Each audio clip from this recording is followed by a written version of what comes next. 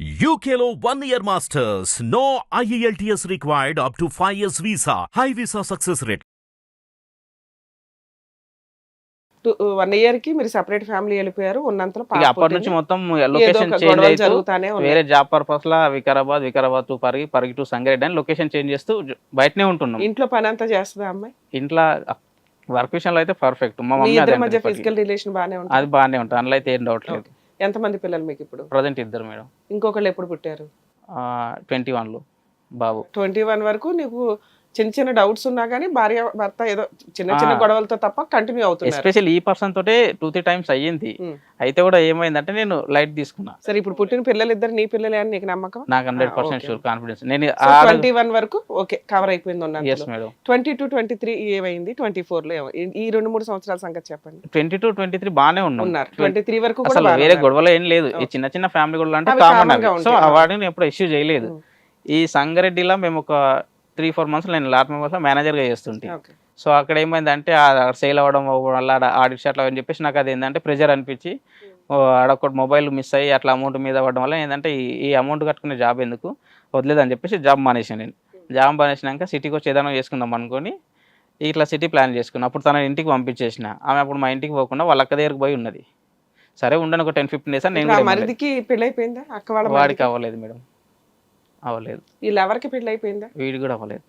సరే. సో అప్పుడు పంపించేసిన తర్వాత నేను సిటీకి వచ్చి ప్రజెంట్ వీళ్ళన్న దగ్గర ఒక 15 డేస్ 20 డేస్ ఉన్నా. నాకు ఒక రూమ్ లేదని చెప్పేసి ఉండి నేను డ్రైవింగ్ అది చేసుకున్నాక ఒక రూమ్ చూసిన తర్వాత ఫ్యామిలీని తీసుకొచ్చిన. ఆ రూమ్లో తీసుకొచ్చినప్పుడు అప్పటికి వీళ్ళతో కాల్స్ మాట్లాడుతూనే ఉంది. ఆ కాల్స్ తీపిస్తే అలా ఎప్పటి నుంచి మాట్లాడడం మొత్తం క్లియర్గా వచ్చింది. సో వదిలేసి ఆ రూమ్ నచ్చలేదు, చిన్న ఉంది అది అంటే ఆడికెళ్ళి మళ్ళీ వేరే రూమ్ చేంజ్ చేసినాం. జస్ట్ ఒక 1 మంత్ గ్యాప్లోనే అమీన్పూర్ దగ్గర పటేల్గూడ అని ఉంటుంది. ఆడ మంచి ఒక రూమ్ తీసుకొని ఆడ సెట్ అయిపోయినాం. ఇక నేను డ్యూటీకి పోవడం, వీళ్ళు కాల్ స్టార్ట్ చేసుకోవడం, నైట్లో ఇంటికి రావడం. వాడు కాల్ రికార్డ్స్ గానీ అవన్నీ ఉన్నాయా మీ దగ్గర? రికార్డ్స్ కొన్ని ఉన్నాయి మేడం, తప్పకున్నట్టు రికార్డ్ ఉంది, కాల్ రికార్డింగ్. ఏది ఇతనితో నాకు రిలేషన్ ఉంది? రిలేషన్ ఉందని ఎట్లా అంటే ఇప్పుడు ఆ రోజు 23 రోజు నాకు స్నాప్ లవరు జస్ట్ మాట్లాడతానంటుందా? ఫిజికల్ రిలేషన్ కూడా? ఫిజికల్ రిలేషన్ చేసినామని తనే ఒప్పుకుంది నాతో ఆ రోజు నైట్. ఎట్లా అంటే అది కూడా నేను చెప్తాను. చాట్ అయింది ఆడ, నాకు కన్ఫర్మ్ అయిపోయింది వీళ్ళిద్దరు మీట్ అవుతారు కలుస్తారు అని చెప్పేసి. ఆ స్నాప్ చాట్స్ మీకు ప్రింట్అవుట్స్ ఉన్నాయి, అవి కూడా చూపిస్తాను. ఆడ కన్ఫర్మ్ అయింది నాకు. చూపించండి సార్. ఎందుకు కూడా ఏంటి ఏమైనా కేసులు నడుస్తున్నాయా? ఇంకా కేసులు ఏం లేవు, వాళ్ళు ఇంకా కేసులు పెట్టారు, నేను కాంప్రమైజ్ అయ్యాను. పేపర్స్ ఉన్నాయా? ఇది only call list madam. 8 months 9 months call list ఉంటుంది. ఇది నువ్వు పెట్టినప్పుడు మెసేజ్లు టైం ఉండట్లేదు ఇవి. బట్ అందులోనే నాకు మ్యాటర్ అర్థమైంది వీళ్ళు కలుస్తున్నారని. ఇంకా అది రావాలని డైరెక్ట్ మెసేజ్ పెట్టిండు ఇంకా ఆయన. అది నాకు అప్పుడు క్లారిటీ వచ్చింది వీళ్ళు కలుస్తున్నారని నాకు అర్థమైపోయింది. తను సీరియస్ అయితే తను కూడా ఒప్పుకుంది. ఫిజికల్గా మీట్ అయినాం, ఏ డేట్ రోజు మీట్ అయ్యారు, వాడు ఏ టైంకి వచ్చినావన్నీ ఒప్పుకుంటాను. మళ్ళీ వీడియో కాల్ చేసి కన్ఫర్మ్ చేసుకుంటాడు ఆ రోజు. అందులో అది కూడా ఉంది, అందులో స్క్రీన్ షాట్లో ఉంటుంది. నువ్వేనా కాదా, మళ్ళీ రాజేమన్నా చార్జ్ చేసిన ఏమైనా డౌట్ వచ్చి కాల్ చేస్తున్నాను వీడియో కాల్ చేసి కన్ఫర్మ్ చేసి నేను అమ్మాయి ముఖం చూపించి కట్ చేసిన నేను ఆ రోజు. అది కూడా ఉంది అందులో కన్వర్సేషన్, మీకు ఆల్రెడీ అర్థమవుతుంది. సరే రావాలనా, నేను ఇప్పుడు 3:30కి స్టార్ట్ అవుతా ఇట్లా. ఆల్రెడీ వచ్చిన పర్సనే కదా మేడం రావాలని మెసేజ్ చేస్తాడు. కొత్త పర్సన్ అయితే రావాలని అడగడు డైరెక్ట్.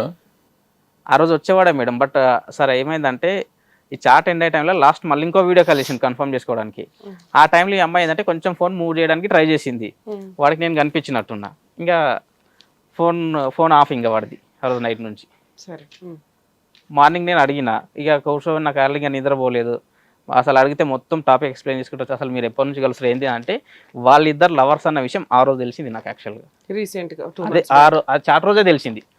అప్పటి వరకు క్లాస్మేట్. అప్పుడు అంతకుముందు వాడు ఒకసారి మా రూమ్ కూడా వచ్చిపోయింది. ఎందుకంటే ఆ శ్రీకాంత్ అనే పర్సన్ తోటి ఇట్లా చాటింగ్ మీద గొడవ అయిందని చెప్పిన కదా, ఆ గొడవ కోసం వాడు మాట్లాడడానికి వస్తే వాటితో పాటు వీడు కూడా వచ్చిండు. బట్ అసలు నేను ఎక్స్పెక్ట్ చేయని పర్సన్ ఆమె లవరు. వీడు నాకు ముందర నుంచే పరిచయం. వాడు కాంటాక్ట్ నెంబర్ నా ఫోన్లో ఉంటుంది. వికారాబాద్లో శైలజ థియేటర్లో టికెట్లు అమ్ముతున్న పర్సన్ వాడు. సో అప్పటి నుంచి అదంతా పాత నాకు అవసరం. ఆ రోజు వీడు రూమ్ చూసిపోయిండు. అంతకు ముందే వీడు రూమ్కి వచ్చిండు, బట్ ఆ రోజు చూసిపోయిండు, నాకు అది తెలియదు. కాకపోతే ఆ రోజు గొడవ అయిన రోజు ఈయన కూడా వచ్చిండు. అంటే నేను ఈ పర్సన్ మీద డౌట్ పడితే ఆ పర్సన్ కన్ఫర్మ్ అయింది. అట్లా ఆ రోజు అట్లా అయిపోయింది. సో ఆమెను అడిగితే చెప్పింది ఇదంతా.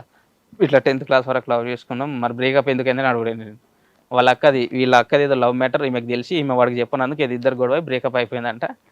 ఆ బ్రేకప్ అయిన 1 month గ్యాప్లోనే మా నాయన కలపడింది. అది కూడా ఒప్పేసుకుంది. తర్వాత మరి నా వెనకాల పడినప్పుడు అడుపు నిద్ర రాలేదని అడిగితే చెప్పింది. మీ ఆవిడ ఇంట్లో నుంచి ఎప్పుడు వెళ్ళిపోయింది? అదే వెళ్ళిపోయిందా నువ్వే? నేను పంపించేసిన. ఆ రోజు నైట్ కొట్టినా. తను నిజాలను నొప్పేసుకున్నాక నేను కంట్రోల్ చేసుకోలేను ఇంకా పెయిన్ అంతా. కొట్టిన చెవుకు దెబ్బ తాకింది, కొంచెం చెవు పెయిన్ అయింది. ఇంటికి పోయినాం, నెక్స్ట్ డే ఇంటికి పోయినాం మా పేరెంట్స్కి చెప్దామని. ఇంటికి తీసుకుపోయిన తర్వాత ఆడ కూడా కొంచెం ఏం చేసిందంటే, అవును నేను తప్పు చేసిన, తప్పు ఒప్పుకుంటున్నా కదా, మళ్ళీ నెక్స్ట్ టైం మళ్ళీ ఇలాంటివి చేస్తే మీ లైఫ్లోకి వెళ్ళిపోతాను ఇట్లా. ఆవిడ దృష్టిలో తప్పు ఏంటంటే ఫోన్ మాట్లాడడం, మీ దృష్టిలో తప్పు ఏంటంటే ఫిజికల్ రిలేషన్. సో అది కూడా ఏంటంటే మేడం, ఆ అమ్మాయి ఎందుకంటే నేను 6 years రిలేషన్ ఉన్నాను కాబట్టి తను ఏది నిజం చెప్తాను ఏ అబద్ధం చెప్తాను నాకు తెలుసు అది.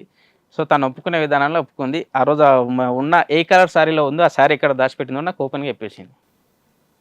సో అట్లా అని చెప్పేసి నేను పర్టికులర్గా నేను తప్పు చేసిన సరే తప్పు చేశాను క్షమించండి ఇంకోసారి చెయ్యను అని బతిమలాడింది కదా. చేయననే మాట అనలేదు, తప్పు చేసినా తొప్పేసుకుంది. సరే ఇప్పుడు ఏం చేస్తావు నువ్వు, అవుట్ చేసినావు, నువ్వు కరెక్ట్ చూసుకోలే, నేను చేసినట్టు ఏం చూసుకోలే అంటే, నువ్వు ఒక చీరలు దావు బట్టలు దావు అంటే ఇంకా డైలీ తెస్తారా మేడం? సరే ఆయన ఏమైనా కొనిచ్చాడంట? అది కూడా అడిగిన నేను, నువ్వు ఇట్లా తప్పు ఎందుకు చేయాల్సి వచ్చిందంటే, నువ్వు నాకంటే ఇప్పుడు కొన్ని లాట్లు అని చెప్పి చార్టెడ్ షాట్లు అని పట్టేసి కొన్ని ఫైనాన్షియల్గా నాకు లోన్స్ బండి ఏమైనా ఉండడం వల్ల నేనేంది కొంచెం వీళ్ళకి టైం ఇవ్వలేకపోతుంటే, వర్క్ అని చెప్పేసి ఉన్న అప్పులు క్లియర్ చేసుకొని కొంచెం సెటిల్ అయిదామా నేను ఆ థాట్లో వర్క్ మీద ఎక్కువ పెడుతుంటే, నువ్వు నేను ఏమన్నా అడిగితే బయట తీసుకోకపోతుంటివి, సినిమాకి తీసుకోకపోతుంటివి, అట్లా నువ్వు నాకు టైం ఇస్తలే, నేను వాడికి దగ్గర అయినంటే మరి వాడేమన్నా ఇక్కడ లేచిన అంటే చేయలేదు. మరి ఇట్లా ఫిజికల్గా ఎందుకు కలిసినావు అంటే, ఏదో అట్లా అనుకోకుండా తప్పు జరిగిపోయింది. ఏదైందంటే September 17th డేట్, ఆ రోజు నేను కాకినాడలో ఉన్నాను. నేను ఒక ట్రిప్లో కాకినాడ పోయినా. ఆ రోజు పోయిన రోజు నైట్ కొడితే అమ్మాయి ఇంట్లో నుంచి వెళ్ళిపోయింది. వెళ్ళిపోయి ఎంతకాలం అయింది? అదే రోజు నెక్స్ట్ డే 24th రోజు మేము ఇంటికి వెళ్ళాం. మాకు చెప్పండి మళ్ళీ. ఫిబ్రవరి నుంచి. అంటే అంతకుముందు ఆమె నా దగ్గర లేదు మేడం. ఆమె యాక్చువల్గా నవంబర్ నుంచి నా దగ్గర లేదు. ఎందుకు వెళ్ళిపోయింది? ఎందుకంటే నవంబర్లో వాళ్ళక్క, డిసెంబర్లో వాళ్ళక్క డెలివరీ ఉండే. డెలివరీకి 20 days బిఫోర్ నా దగ్గర నుంచి వెళ్ళిపోయింది. నీ దగ్గర నుంచి వెళ్ళడం కాదు, డెలివరీ కోసం. సరే ఓకే, నేను యాక్సెప్ట్ చేసిన దాన్ని కూడా. ఎందుకంటే తను మా పాపకు చేసింది, మనం కూడా చేయలేదు, రెస్పాన్సిబిలిటీ నేను కూడా ఏం అనలేదు. వెళ్ళిపోయింది అనకూడదు, వాళ్ళ అక్క అదే డెలివరీకి 20 days బిఫోర్ పోయింది. సరే నేను యాక్సెప్ట్ చేసుకున్నా, ఇదే రూమ్లోనే యాక్సెప్ట్ చేసుకున్నా. ఇక అప్పుడప్పుడు నా దగ్గరికి 1 day 2 days ఇట్లా వచ్చి ఆ క్లాస్ వాషింగ్ చేసేసి ఆ ఇల్లు నీట్గా సెట్ చేసి పోతుండే, దగ్గరికి వచ్చి పోతుండే. ఆల్మోస్ట్ అయితే నా దగ్గర నవంబర్ నుంచి లేదు, అంటే పంపించాను నేను డెలివరీ పర్పస్లో. ఈ డిసెంబర్లో డెలివరీ అయింది ఆమె. డెలివరీ అయినాక కొంచెం 3 months బ్యాక్ ఈ విషయం తెలిసింది. ఆమె ఆమె కొంచెం నార్మల్ అయ్యి ఫ్రీగా అయ్యే టైంలో ఇక నా దగ్గరికి ఎక్కువ 2 days 3 days రావడం ఉండడం పోవడం చేస్తుండే. జనవరిలో వచ్చిపోతుండే. జనవరిలో మా వాడు బర్త్డే మా ఊళ్ళో సెలబ్రేట్ చేసినాక మళ్ళీ ఆమె అట్టుపోయింది. పిల్లలు మీ దగ్గరే ఉండేవాళ్ళ?